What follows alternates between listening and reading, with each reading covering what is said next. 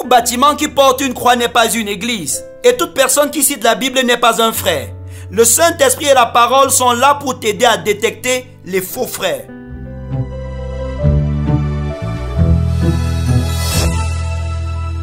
Notre Dieu est merveilleux, lui qui nous donne non seulement le don de la vie, mais qui est présent à nos côtés chaque jour pour nous instruire et nous montrer la voie à suivre. Et aujourd'hui, il voudrait se servir de ce breakfast intitulé « Détecter les faux frères et les séducteurs » pour nous instruire. Et notre message est tiré de 1 Jean 3, verset 24, qui dit ceci. « Celui qui garde ses commandements demeure en Dieu et Dieu en lui. Et nous connaissons qu'il demeure en nous par l'Esprit qu'il nous a donné. » Amen.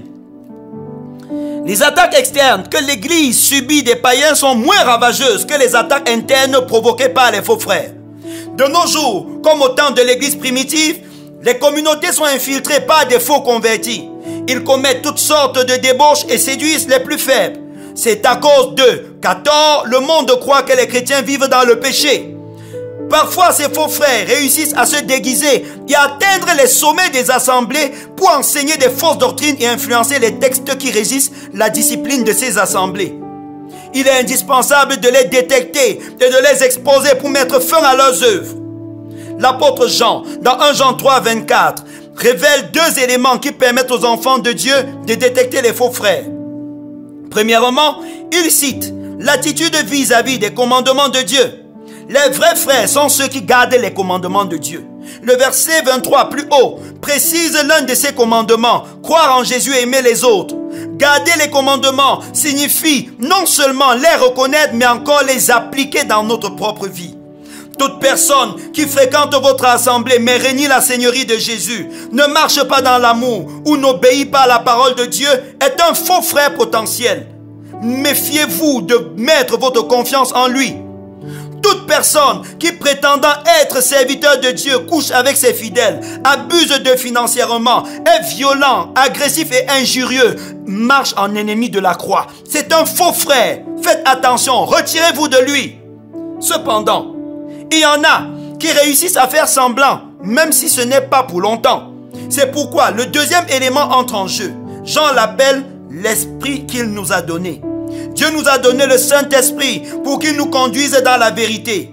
Et donc, qu'il nous préserve de l'esprit de l'erreur et des faux frères. Plusieurs parmi nous sont abusés dans les églises parce qu'ils ne font pas attention aux avertissements du Saint-Esprit. Quand dès la première rencontre avec une personne, vous perdez la paix, commencez à avoir peur ou à douter, faites attention. Souvent, ce sont les signaux du Saint-Esprit pour vous interpeller au sujet de la personne ou de l'assemblée. Attention! Tout bâtiment qui porte une croix n'est pas une église de Dieu. Et toute personne qui récite les versets bibliques n'est pas forcément de Dieu.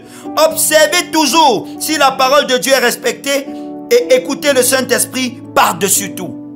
Amen. Prions ensemble. Et demandez à l'Esprit de vérité maintenant de scanner vos alentours. Il connaît les personnes qui vous entourent. Il connaît les intentions de leur cœur. Priez, priez ardemment, priez intensivement au nom du Seigneur Jésus, qu'il vous révèle l'identité de tous ceux qui sont autour de vous. Que tout frère séducteur qui s'est approché de vous parce qu'il voulait abuser de votre sexualité soit exposé au nom de Jésus. Que les frères, les faux frères escrocs qui sont là parce que pour des motifs financiers, vous soient exposés au nom de Jésus. Je vois une personne en ce moment qui se retrouve dans un piège parce que un faux frère en ce moment est allé faire des incantations chez un dévin contre ta vie. Dans le nom de Jésus-Christ, je révoque cette confusion, j'annule ces enchantements et j'expose ce faux frère à tes yeux au nom de Jésus-Christ.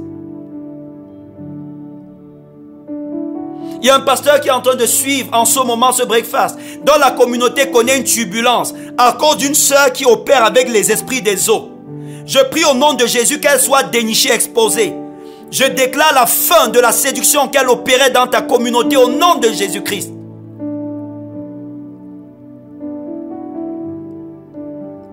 Priez davantage, demandez au Saint-Esprit de vous conduire dans une plus grande communion avec lui. Refusez de vous fier simplement à vos yeux.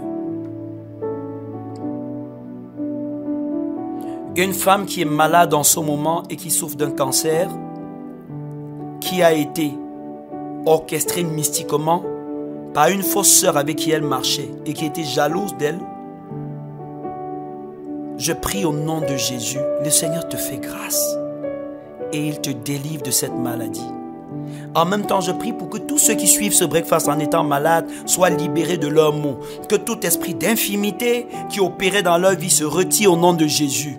Que votre chair soit purifiée de cette infimité. Recevez la guérison au nom puissant de Jésus. Je prie que le Saint-Esprit lui-même vous conduise et vous dirige. Demeurez bénis au nom de Jésus. Amen.